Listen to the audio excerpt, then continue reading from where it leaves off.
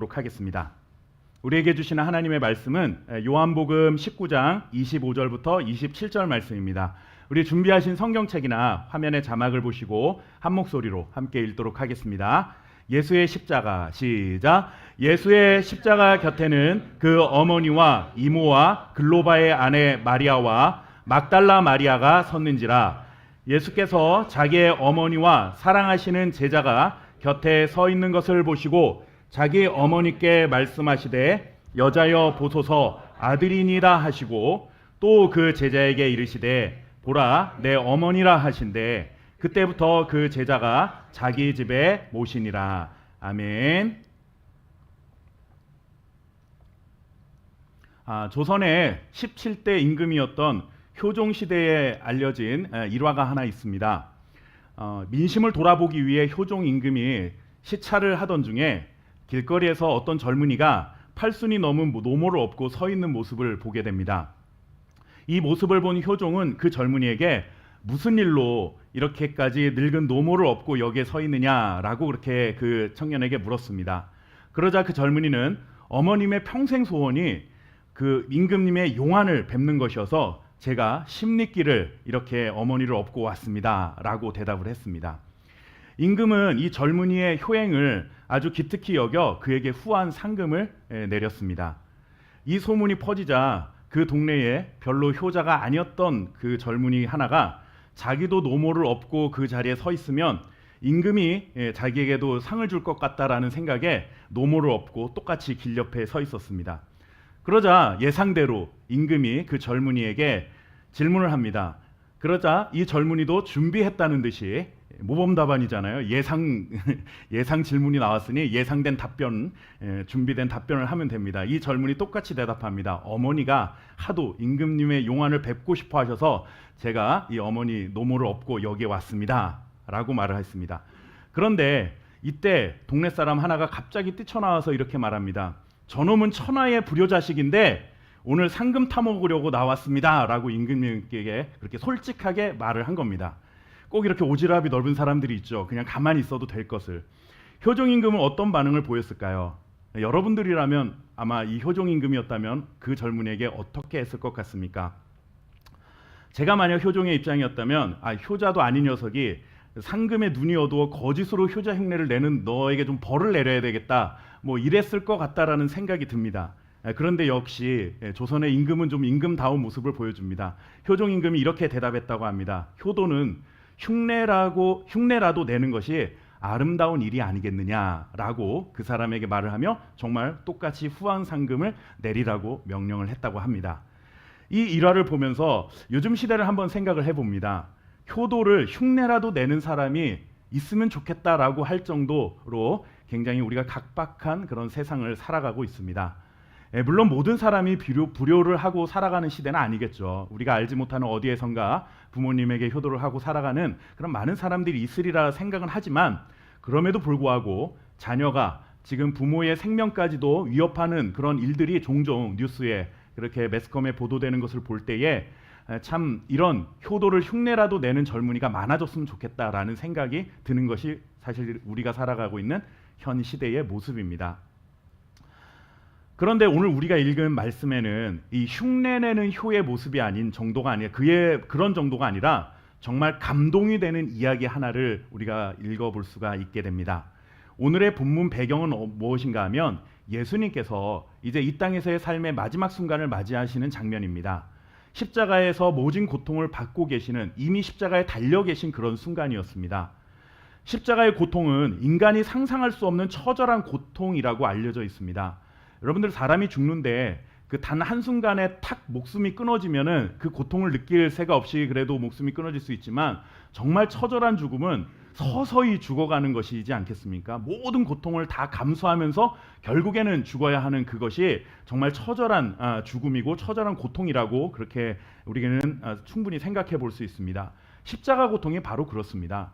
십자가에 매달리면 손과 그 발목에 그 못을 박으면 즉시 죽는 것이 아니라 반나절, 흔히 한나절 정도 거기에 매달려 있으면서 서서히 죽어가는 그런 죽음이었기 때문에 십자가 처형은 굉장히 고통스러운 죽음으로 알려져 있습니다.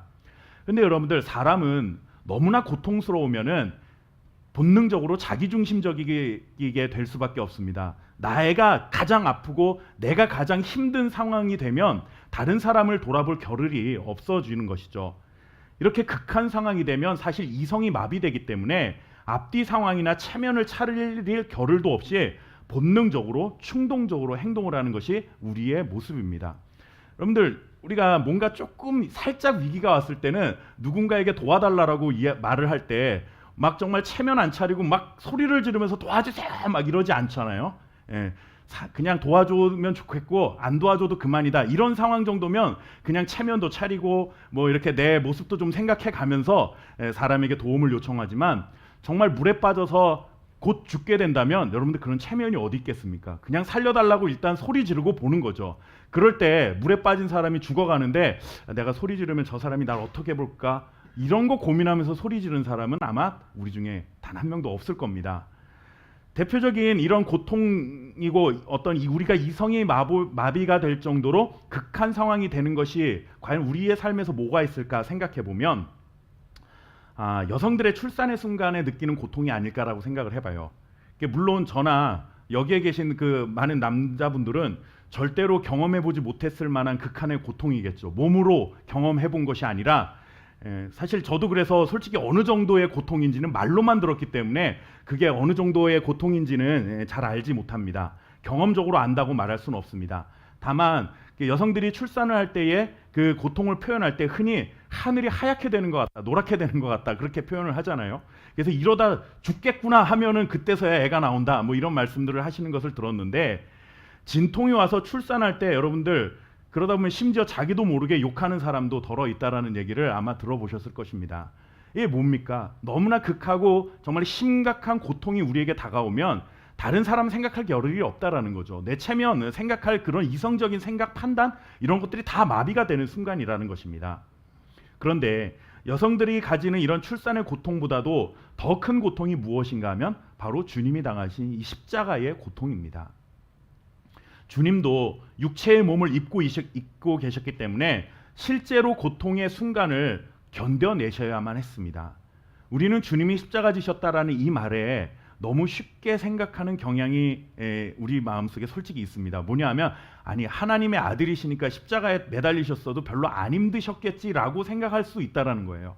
그리고 사실 내가 아프지 않으면 옆 사람 아무리 아픈 거 봐도 아무리 아파도 그렇지 뭐 그냥 저렇게까지 할 필요 있어? 이런 생각이 솔직히 우리 마음속엔 다 든다라는 거죠. 정말 아픈 사람의 마음은 그렇게 아파보지 않은 사람은 잘 이렇게 이해를 못하는 경우가 많습니다. 공감이 안 되는 거죠. 예수님께서 정말로 이 십자가의 고통을 당하시는 것은 하나님의 아들이시긴 했지만 우리와 똑같은 육체를 입고 계셨기 때문에 그는 우리가 느낄 만한 고통을 충분히 다 느끼고 계셨다라고 하는 사실을 우리는 기억해야 합니다. 그런데 이 고통 속에서 누구를 위하고 있냐 하면 자신을 낳아주신 그 육신의 어머니인 마리아를 걱정하는 모습을 보여주고 있습니다. 조상들에게 절도 하지 않고 제사도 드리지 않는다고 우리 기독교 성도들을 향해서 불효의 종교라고 말하는 사람들이 종종 있습니다. 그러나 예수님의 모습을 볼 때 결코 기독교는 여러분들 효 사상도 가르치지 않는 그런 불효하는 종교가 아니라는 것을 우리는 분명히 알아야 합니다. 진정한 효는요, 여러분들 돌아가신 이후에 명당 알아봐서 묘자리 알아드리고 기일이면 비싸고 값나는 음식들 절차에 따라서 순서에 따라서 잘 제사상 차리고, 그런 것이 여러분들 살아생전 다하지 못한 효를 다한다고 그 앞에 절을 하는 것이 무슨 사실 의미가 있겠습니까? 뭐 이런 말을 누군가가 듣고 또 뭐 목사님은 그렇게 얘기하느니 뭐 조상도 근본도 없느니 이런 얘기 하실지 모르겠지만, 사실상 여러분들 한번 그 실질적인 효과, 어떤 의미를 되새겨 본다고 한다면 10년 전, 20년 전에 돌아가신 부모님 사진 앞에다 놓고 그 앞에 절을 하는 게 사실 우리의 삶에 무슨 영향이 있겠느냐라는 것입니다. 살아계실 때 잘하는 것이 효죠. 여러분들 살아계실 때 우리 부모님이 좋아하시는 음식 한 번이라도 더 대접하는 것이 효이지, 돌아가신 이후에 여러분들 맛있는 음식 그 앞에 차려놓는 게 결국에는 끝나고 나면 누가 먹습니까? 그 차린 사람들이 열심히 먹잖아요. 여러분들 그러면서 뭐 부모님을 위해서, 돌아가신 부모님을 위해서 뭘 차려야 된다, 뭐 돌아가셨을 때 리무진 태워서 장례차 불러서 가야 된다. 여러분들 살아생전에 좋은 차 타여드리고 맛있는 거 사드리는 게 효가 아니겠습니까? 그런 의미에서 여러분들 기독교인들이 제사를 드리지 않고 절을 하지 않는다는 것 때문에 뭐 근본도 없다느니 효도 모르는 자들이라고 매도하는 것에는 저는 조금도 동의할 생각이 없습니다. 예수님께서는 이제 자신의 목숨을 다했다는 사실을 아시고 그 곁에 있는 제자 요한에게 마지막으로 무슨 말을 하냐 하면 요한을 불러놓고 나의 어머니인 마리아를 이제 좀 너의 손에 부탁한다라는 이 부탁을 하고 있습니다. 그러면서 제자 요한에게 이렇게 말씀하는 거죠. 보라, 너의 어머니다라고 그렇게 말을 합니다. 이 말을 들은 요한이 얼마나 부담스럽겠습니까? 사실 요한은 이 마리아가 그 예수님을 낳아주신 마리아가 부모님 어머니가 아니잖아요. 근데 이 얘기는 뭡니까? 요한에게 이 마리아를, 나의 어머니 마리아를 너의 어머니처럼 좀 섬겨달라라고 하는 그런 부탁인 거거든요. 그러니까 사실 이거 지금 시대 우리의 생각으로는 야, 이렇게 큰 부담을 왜 예수님께서 제자 요한에게 주고 가신 걸까라는 생각이 좀 듭니다. 아무 생각도 들지 않는 극한의 고통을 견뎌내는 그 순간에 여러분들 그의 어머니를 걱정하는 마음으로 사랑하는 제자에게 부탁하는 그 예수님의 모습 속에서 우리는 그저 단순히 유교에서 가르치는 효의 개념이 아니라 정말로 무조건적인 사랑을 예수님께서는 그 마음속에 간직하고 계셨다는 사실을 우리는 보게 되는 것입니다. 사람은 어려울수록 본능적으로 자기중심적이 됩니다. 우리 잘 알고 있습니다. 그래서 우리 옛말에 곳간에서 인심남다라는 그런 말이 있지 않습니까? 아무리 남을 위해 살아가는 그런 이타적인 사람이라 해도 여러분들 우선은 내가 먹고 사는 문제가 해결이 되어야만 다른 사람을 돌아볼 그런 여유가 생기는 거지. 내가 이제 한 끼라도 한 끼라도 못 먹으면 이제 곧 죽게 될 것 같은 사람이 여러분들 다른 사람을 위해서 살아간다라고 하는 것은 정말로 어려운 일입니다. 아니면 어떻게 솔직하게 말해 본다면 어려운 게 아니라 이거 불가능한 일이다라고 말하는 것이 솔직한 표현이겠죠. 그런데 예수님께서는 자신이 이제 자신의 생사의 갈림길에 서 있으면서도 어머니를 사랑하는 마음으로 그를 걱정해주고 있다라는 겁니다. 그러면서 예수님의 그 사랑이 사람들과의 사랑과는 본질적으로 다르다라는 것을 우리에게 분명히 보여주고 있는 것이죠. 그런데 예수님보다 저는 오늘 이 본문에서 더 대단한 사람을 한 명 봅니다. 그러니까 누구인가 하면 바로 요한입니다. 이 예수님으로부터 부탁을 받은 요한이 대단한 사람인 것 같습니다. 예수님께서 돌아가시면서 너의 어머니처럼 섬겨다오라고 요한에게 부탁을 했는데 사실 제가 조금 전에도 말씀드렸던 것처럼 요한 입장에서는 아니 내가 나에게 왜 이렇게 큰 부담을 주시는 거지? 라는 생각으로 그냥 좀 가끔 좀 돌아보고 예수님과 나의 친분이 있으니까 좀 내 어머니만큼은 아니어도 그래도 내 스승의 어머니니까 좀 이렇게 좀 관심을 가지고 좀 이렇게 좀 필요를 약간씩 채우면서 그러면 좀 살아가야 봐야 되겠다라고 생각할 수 있었을 텐데 그 말씀을 들은 요한이 즉각적으로 반응을 보인 게 뭔 줄 아십니까? 우리가 읽었던 말씀이었는데 아까 우리가 막 읽다 보니까 좀 생각 없이 지나쳤을 수도 있습니다. 우리 다시 한번 27절 말씀을 같이 한번 읽어보도록 하겠습니다. 또 그 제자에게 시작. 또 그 제자에게 이르시되 보라 내 어머니라 하신대 그때부터 정말 놀랍지 않습니까, 여러분들? 내 낳은 부모도 요즘 같이 한 집안에 사는 게 얼마나 어려운 일입니까? 사실 자녀에게도 쉽지 않은 일이고 요즘은 이제 부모님들도 생각이 좀 많이 깨이시다 보니까 그렇게 자녀에게 이렇게 뭐 옛날 표현으로 하자면 얹혀 사는 것 같은 그런 느낌을 주면서 부모가 자녀의 눈치를 보면서 살고 싶지 않아 하는 것이 요즘 시대입니다. 그런데 이 예수님의 부탁을 들은 날부터 예수님의 어머니를 자기 집에 모셨습니다. 자기 어머니처럼 생각한다라는 거죠. 자기 어머니도 아니고 혈연 관계도 아니고 어떻게 이런 일을 할 수 있을까? 정말 놀라운 일이 아닐 수 없습니다. 이것은 돌아가신 이후에 예를 갖춰서 효를 다한다라는 가르침과는 여러분들 본질적으로 가르침이 다른 그런 것입니다. 사람들이 기본적으로 행할 수 있는 사랑의 실천을 넘어서는 놀라운 사랑의 실천이라고밖에 할 수 없는 것이죠. 요한이 어떻게 이런 사랑의 실천을 할 수 있는 사람이 되었을까 한번 곰곰이 생각해 봅니다. 요한이 원래 이랬던 사람이었을까? 여러분들 그렇지 않습니다. 우리 요한이 이런 사랑의 실천을 할 수 있었던 사람이 첫 번째 이유는 뭔가 하면 요한은 주님으로부터 사랑을 너무나 크게 받은 사람이기 때문에 이러한 일을 행할 수 있었습니다. 사랑을 받아 본 사람이 사랑을 나눌 수 있다라고 말을 합니다. 뜨거운 사랑을 받아본 경험이 있어야 그 받은 사랑이 얼마나 나를 행복하게 만들었는지를 경험을 해봐야 아, 내가 저 사람을 사랑하면 그 사람도 나의 사랑 때문에 행복해질 수 있겠구나라고 하는 생각, 그런 공감을 할 수 있다라는 말입니다. 요한은 그리스도인들에게 붙어 있는 별명 한 가지가 있습니다. 흔히 요한을 뭐라고 우리가 부르냐 하면 사랑의 사도라고, 사랑의 제자라고 그렇게 부릅니다. 왜냐하면 그가 신약 성경 속에 있는 요한 1서, 2서, 3서를 기록한 사람입니다. 그런데 우리가 요한 1, 2, 3서를 잘 읽어보시면 거기에는 사랑이라는 말이 굉장히 많이 등장을 합니다.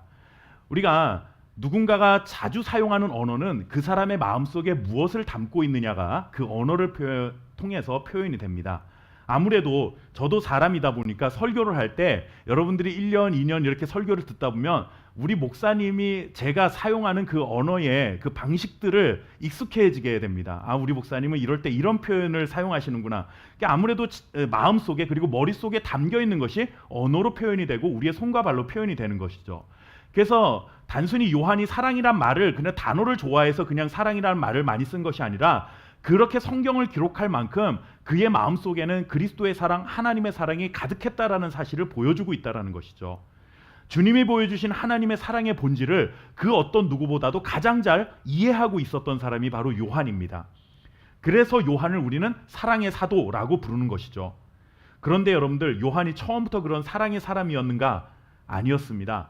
복음서에 보시면 사마리아 땅을 예수님과 이 제자들이 지나가고 있었는데 그때 예수님을 천대하는 사람들이 나옵니다. 그런데 그 순간에 요한과 야고보가 그 사람들을 향해서 분노하는 장면이 나옵니다. 그러면서 요한이 뭐라고 이야기하냐면 주님께 하늘에서 벼락을 내리셔서 이 동네 사람들을 불살라버리라고 예수님께 그렇게 부탁을 합니다. 말을 합니다. 예수님을 저주하고 예수님께 욕을 하니까 예수님이 하늘에 번개를 내려서 이 사람들 다 불태워버리십시오 라고 말한 거예요. 그래서 이때 그 요한에게 뭐라고 부르냐면 우레의 아들, 그러니까 번개의 사람이다 라고 그렇게 사람들에게 요한에게 별명처럼 그렇게 붙여줍니다. 여러분들, 이렇게 성질이 급하고 정말로 불과 같은 사람이 바로 요한이었습니다. 그런데 이 사람이 이런 성격의 소유자가 어떻게 사랑의 사도라는 별칭을 갖게 되었겠습니까? 이런 놀라운 삶의 변화를 일으킬 수 있는 것은 그가 물론 인격적으로 성숙해진 면도 없잖아 있겠지만 우리가 잘 알잖아요. 우리가 성숙한다고 그래가지고 우리가 그렇게 타고난 본성 자체가 그렇게 쉽게 바뀌지가 않습니다. 그냥 참고 사는 거죠.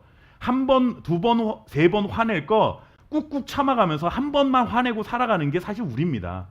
아예 화를 안 내고 살아가는 그런 사람으로 완전히 변화되는 것이 아니라 사실 우리는 좀 성숙하고 이제 나이도 들고 하니까 조금 이제 그것을 누르고 살아갈 절제력이 좀 강해진 것이지 뭐 우리의 본성 자체가 완전히 바뀌었다라고 말하기는 쉽지가 않습니다.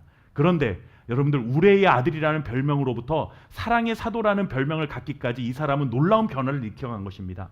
그 변화의 중심에 무엇이 있느냐면 바로 예수님께 받은 사랑이 너무나 컸다라고 하는 것입니다.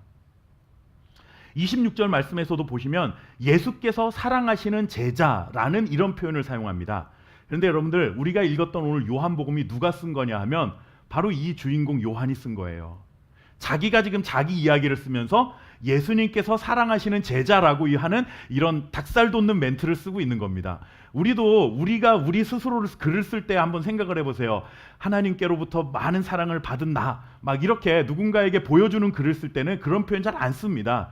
좀 우리의 문화 속에서는 자기가 하나님께로부터 너무 많은 사랑을 받았다라고 표현하면 겸손하지 못한 자라고 이렇게 생각하는 경향도 좀 있기 때문에 그런 문화 속에 살던 우리들에게는 익숙하지 않은 표현인데 요한은 자기가 자기 이야기를 쓰면서 예수께서 사랑하시는 나는 이렇게 지금 쓰고 있는 거예요. 그만큼 주님이 자신을 사랑한다라는 것에 너무나 확신이 있었고 자신이 있었던 것이죠. 그것은 내가 이렇게 사랑받을 만한 사람이다라는 것을 말하는 것이 아니라 나는 우레의 사람이라는 말을 들을 만큼 형편없는 인간이긴 하지만 그런 나도 하나님께서, 예수님께서 나를 사랑해 주시고 있다라고 하는 사실에 대한 신앙의 확신이 그에게 있었다라고 하는 것입니다. 저는 바라기는 오늘 저와 여러분에게 이런 확신이 있었으면 좋겠어요. 나는 하나님 앞에서 사랑받을 만한 자격이 없다는 것을 내 스스로가 알지만 그럼에도 불구하고 그 자격 없는 나를 하나님께서는 무한정으로 지금 사랑하고 계시다는 사실을, 그 하나님의 사랑을 신뢰하고 굳게 믿고 살아갈 수 있는 저와 여러분 될 수 있길 주님의 이름으로 축원합니다. 이 사랑의 고백이 있어야만 우리의 삶이 변화될 수 있다는 겁니다.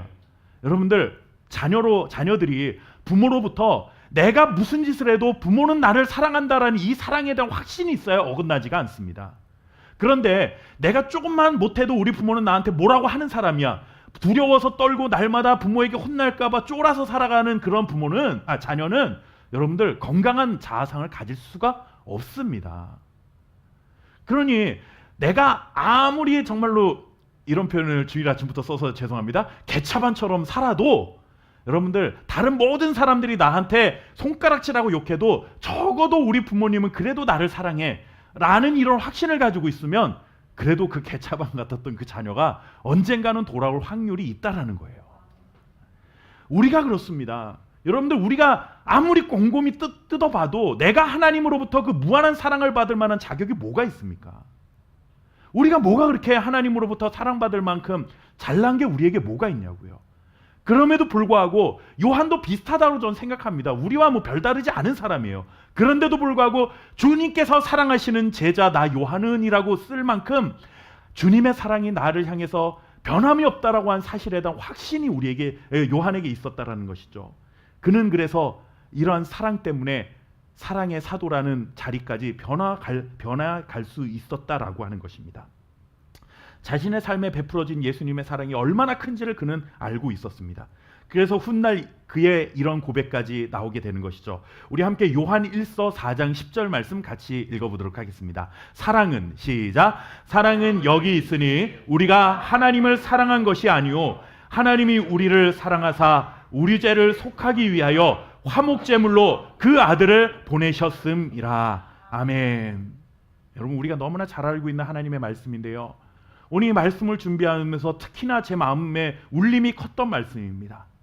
사랑은 여기 있는데 이 사랑은 내가 하나님을 사랑하는 사랑이 아니라 하나님이 나를 사랑하시는 이 사랑이 여기에 있습니다 라는 이 고백이에요.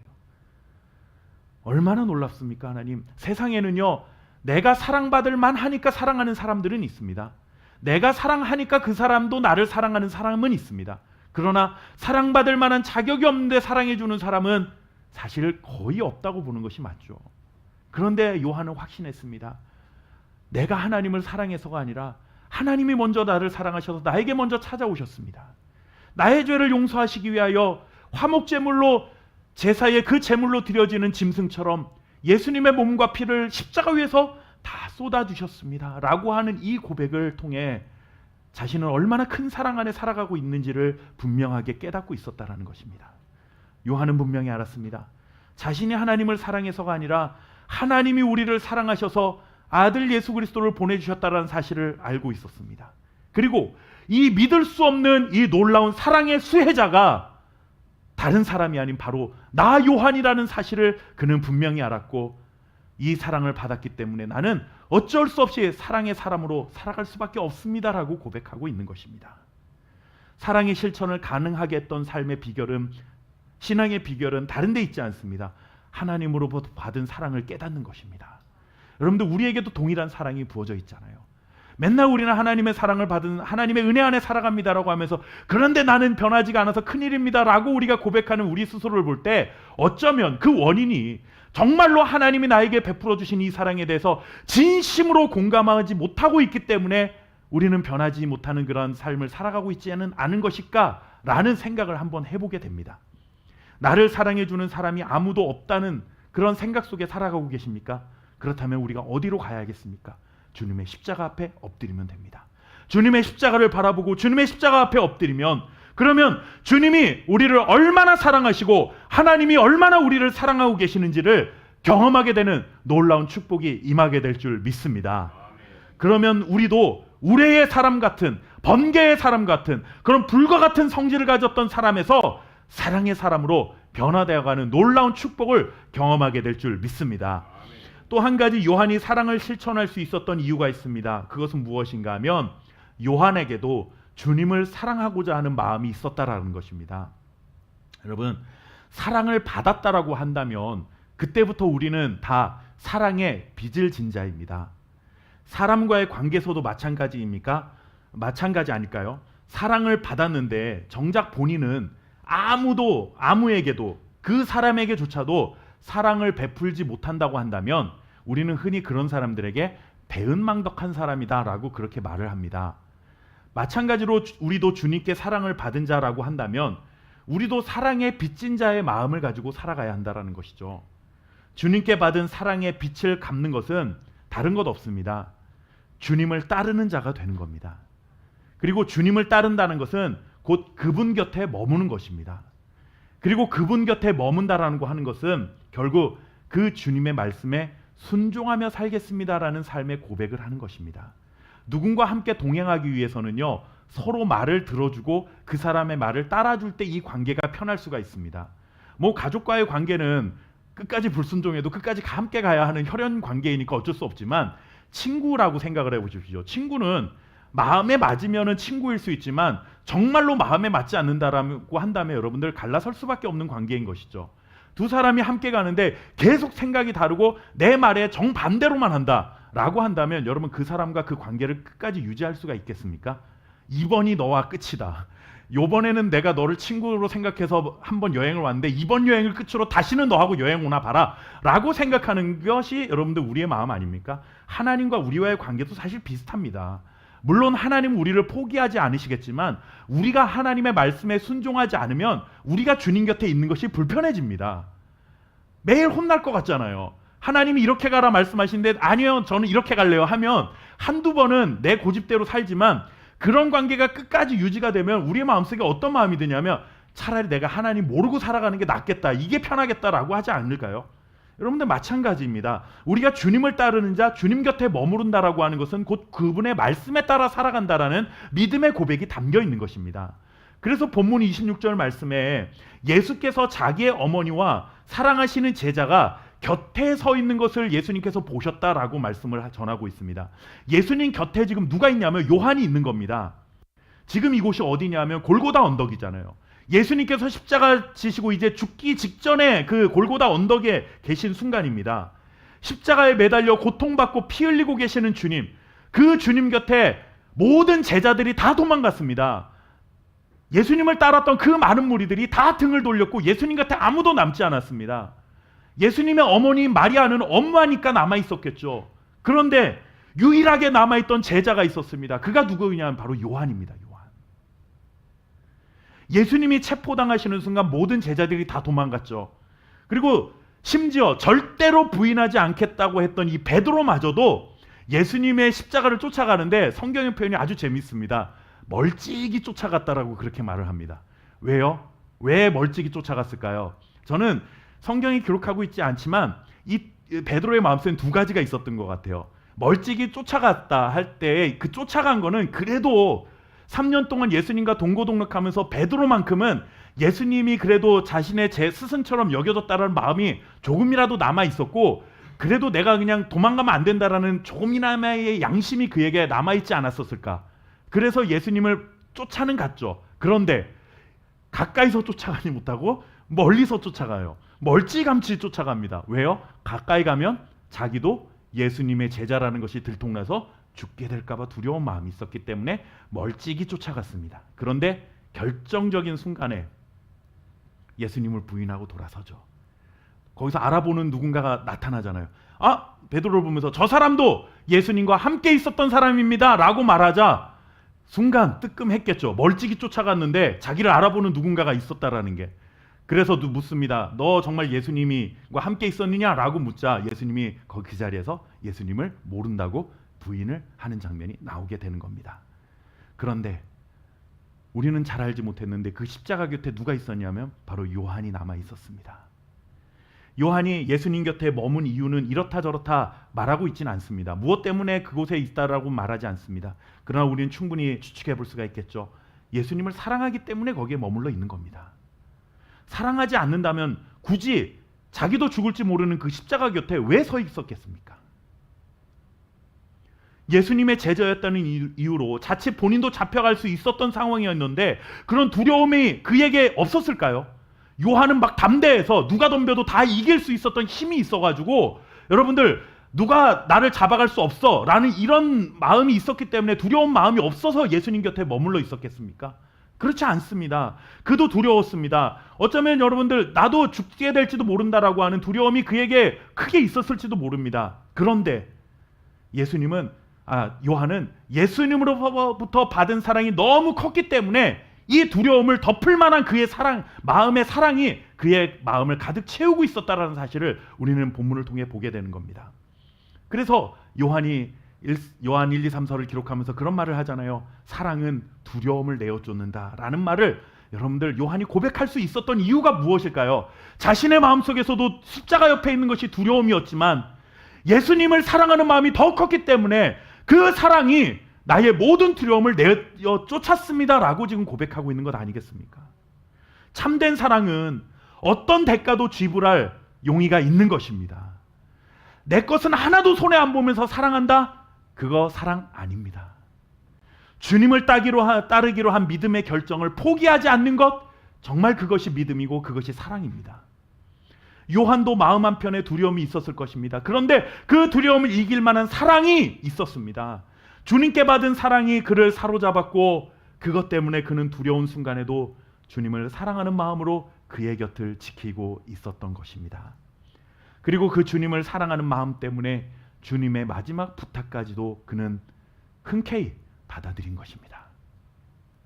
사랑하는 성도 여러분, 우리는 짧은 몇 구절의 말씀에서 놀라운 사랑의 본질, 사랑의 원형을 발견하게 됩니다. 오늘 우리는 세상이 말하는 이 효의 개념을 뛰어넘어 정말로 무조건적인 하나님의 사랑이 무엇인지를 보게 됩니다. 견디기 힘든 십자가의 고통 속에서도 어머님을 걱정하는 예수님의 모습 속에서 우리는 사랑을 발견하게 되고, 또 그렇게 힘없이 죽어가는 스승의 마지막 순간을 함께하고 있는 제자의 사랑을 보고 있는 것입니다. 그런데 오늘 이 놀라운 사랑의 이야기가 펼쳐지고 있는 여러분들 이 장소가 어디입니까? 바로 골고다 언덕입니다. 이 골고다라는 말은 뜻은 해골이라는 뜻의 헬라어입니다. 이 골고다 언덕은 정말 해골 모양을 하고 있어서 그렇게 이름이 붙여진 것입니다. 그렇기 때문에 골고다 언덕은 해골이라고 사람들이 부를 때는 그것에 어떤 의미를 담아서 불렀겠습니까? 생명의 의미를 담아서 불렀을까요? 희망, 소망 이런 것들을 꿈꾸고 거기에다가 기대하고 그 이름을 붙였을까요? 그렇지 않습니다. 해골, 골고다는 곧 죽음을 의미합니다. 어떤 사랑이나 생명에 대한 희망을 기대할 수 없었던 장소, 바로 그것이 골고다입니다. 골고다 하면 죽음과 공포와 절망을 떠올리게 되는 그곳입니다. 그런데 그 바로 골고다 언덕에서 지금 정말로 사람들에게는 상상할 수 없는 사랑의 드라마가 지금 연출되고 있는 것 아닙니까? 이 모든 사랑의 시작은 바로 예수님의 십자가였습니다. 골고다 언덕에 세워진 십자가는 겉으로 보기에는 절망과 죽음을 상징합니다. 그래서 처절하게 정말 극한 상황에서 죽어가는 죽음을 상징하는 것이 십자가입니다. 그런데 그 십자가에 주님이 매달리시는 그 순간에 절망 대신 소망이 꽃피기 시작했고, 두려움과 공포 대신에 기쁨과 감사함이 넘쳐나기 시작했고, 죽음 대신에 영원한 생명이 그 십자가로부터 흘러나오기 시작했다라고 하는 것입니다.